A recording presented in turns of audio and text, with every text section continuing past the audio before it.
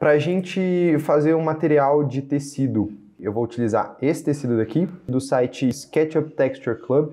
Você só precisa registrar e você consegue baixar as texturas de graça, tá? Primeira coisa que eu vou fazer vai ser entrar aqui no bloco e eu vou selecionar essa textura aqui do tecido. O que eu gosto de fazer?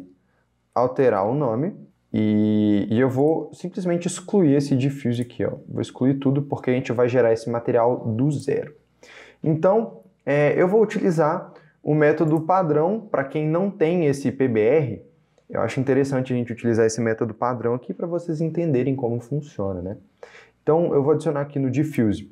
Primeira coisa que a gente vai fazer, a gente precisa de um efeito que é chamado efeito Fall-Off, que o tecido vai do ponto mais escuro para o ponto mais claro e a gente gera esse gradiente que dá um efeito muito legal no nosso tecido.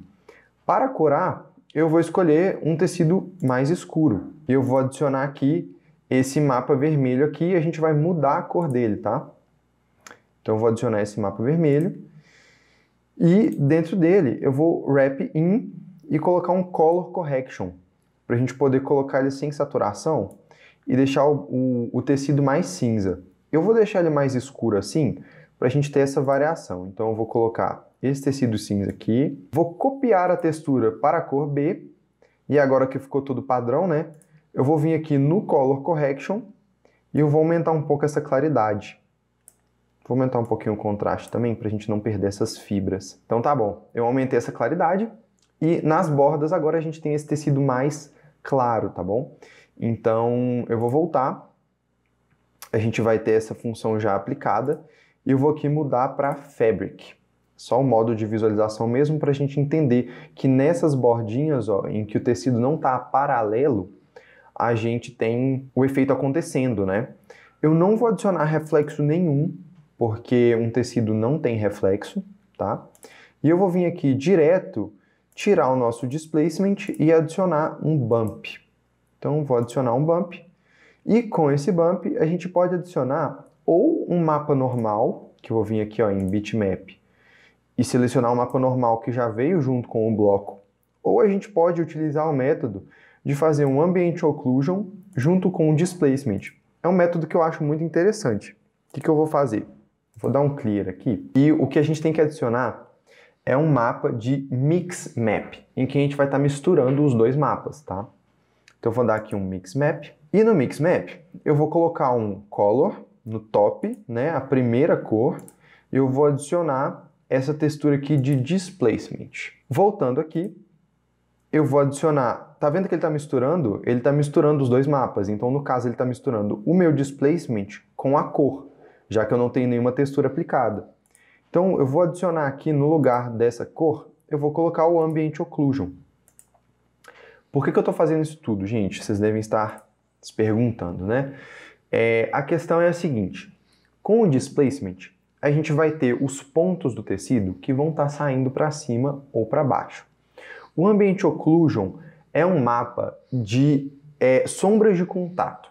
Então, quando a gente adiciona um mapa de sombras de contato, a gente vai ter esse refinamento que misturado ao mapa de altura vai dar todos os detalhes que a gente precisa para aquela geometria, tá? Então, você pode aqui, ó, no Mix Map, né, nessa opção, você vai ajustando e para o lado que você colocar a cor, você vai estar adicionando. Então, se eu colocar mais para a direita, eu vou ter mais Displacement. Se eu colocar mais para a esquerda, eu vou ter mais Ambient Occlusion. O ideal é você achar um meio termo. Eu vou colocar aqui, ó, uma mistura que apareça as duas texturas, tá vendo? Eu estou tendo essa mistura.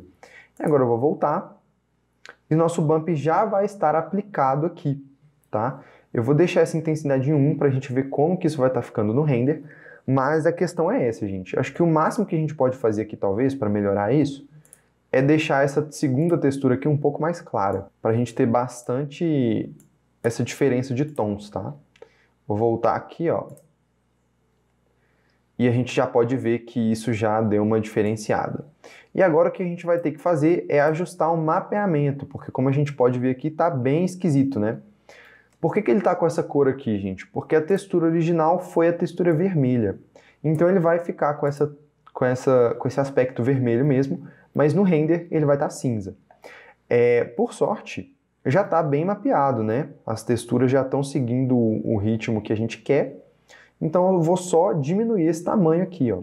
Eu coloquei 1 centímetro, a gente já pode ver que a fibra já deu uma diminuída legal e já está bem aplicado aqui, né? Talvez se eu aumentar um pouquinho, a gente consiga um efeito mais legal. Então, gente, eu gosto de ter esse processo com vocês, para vocês verem que não tem fórmula mágica, né? O que a gente está fazendo aqui é teste mesmo, a gente vai testando essas opções.